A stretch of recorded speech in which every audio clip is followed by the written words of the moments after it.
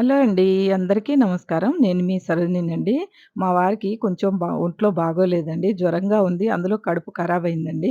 అలాగని చెప్పి ఆయనకి ఇలా జారుగా ఉండే ఉప్మా అంటే ఇష్టమండి. ఇగ బయట నుంచి ఏమి తినకూడదు. నువ్వు బయట ఇడ్లీ గిట్రా ఏమి తెప్పించుకోకు. ఇంక అప్పటికప్పుడు కావాలంటే ఇడ్లీయే కావాలని అడిగాడండి. ఇడ్లీ బయటిదొద్దు. చట్నీ ఎలా ఉన్నా మళ్ళీ నీ కడుపు ఖరాబవుతదని నేను నీకు నచ్చిన ఉప్మా చేసిస్తానంటే, అందులో ఎలాంటి కండిషన్ పెట్టాడండి. చక్కగా పల్లీలైతే మాత్రం మంచిగా జీడిపప్పు కటకట తగిలినట్టు తగలాలి. జీడిపప్పు మంచిగా వేపుతాం కదండీ మనం, అలా ఉండాలి. కానీ పల్లీలు మాత్రం మంచిగా మనం క్రిస్పీగా నవలాలంటండి. అంటే అవి నూనెలో ఫస్ట్ చక్కగా ఏంపాలండి మనం.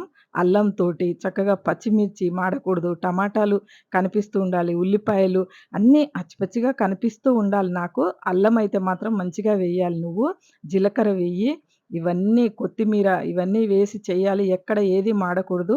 రవ్వయితే మాత్రం చక్కగా ఘీలో వేంపాలి. మంచిగా ఏపి, ఒక గ్లాసు రవ్వకి 8 గ్లాసులు వాటర్ పోయి అలాగైతేనే తింటానన్నాడండి. సరే ఏమైతుంది? ఆయన చెప్పినట్టే వండుదాం. ఈ రోజుకి బాగోలేదు కదా!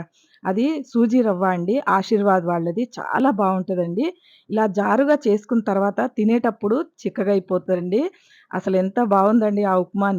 నెయ్యి, అల్లం ఘాటు, పచ్చిమిర్చి, ఉల్లిపాయలు, టమాటాలు, కొత్తిమీర ఇవన్నిటి వేసి వండుకుంటేనండి ఉప్మా కాదండి ఇది. చాలా బావుందండి ఉప్మా మాత్రం. నేను సాధారణంగా తిననండి. ఆయన చెప్పినట్టు చేసి వండాను.